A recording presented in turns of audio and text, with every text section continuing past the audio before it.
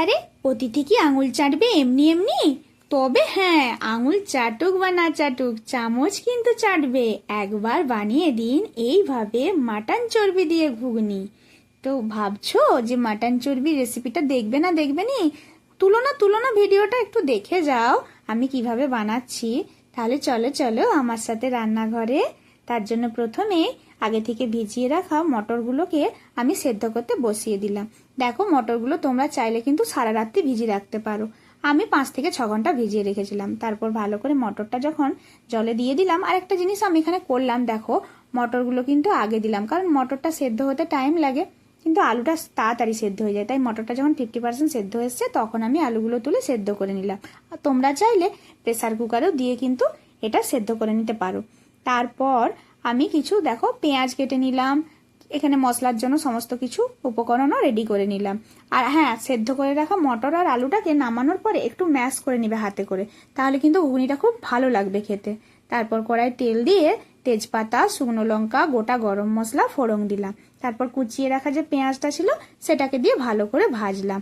পেঁয়াজগুলো ঠিক যখন বাদামি বর্ণ হয়ে আসবে তখন 1/2 চামচ চিনি দিয়ে দিলাম, জাস্ট কালারের জন্য আর স্বাদের ব্যালেন্সের জন্য। এরপর দেখো আদা রসুন কাঁচা লঙ্কার যে পেস্টটা ছিল সেটা দিয়ে ভালো করে ভাজলাম। সমস্ত কিছু যখন ভাজা হয়ে যাবে তখন আমি একটা বেটে রাখা টমেটো সেটাকেও দিয়ে দেবো। আর দেখে নাও বাটিতে আমি একটা গুঁড়ো মশলা রেডি করছি। জিরে, ধনে, লঙ্কা, হলুদ সমস্ত কিছু আমি 1.5 চামচ করে নিয়ে জলে গুলে রাখলাম। তারপর দেখো টমেটো বাটাটা দেওয়ার পরে গুঁড়ো মশলাটাও দিয়ে দিলাম। ভালো করে যখন কষবে, কষে দেখবে যখন তেল ছেড়ে আসছে, তারপর অল্প জল দিয়ে আবার ফুটাবে।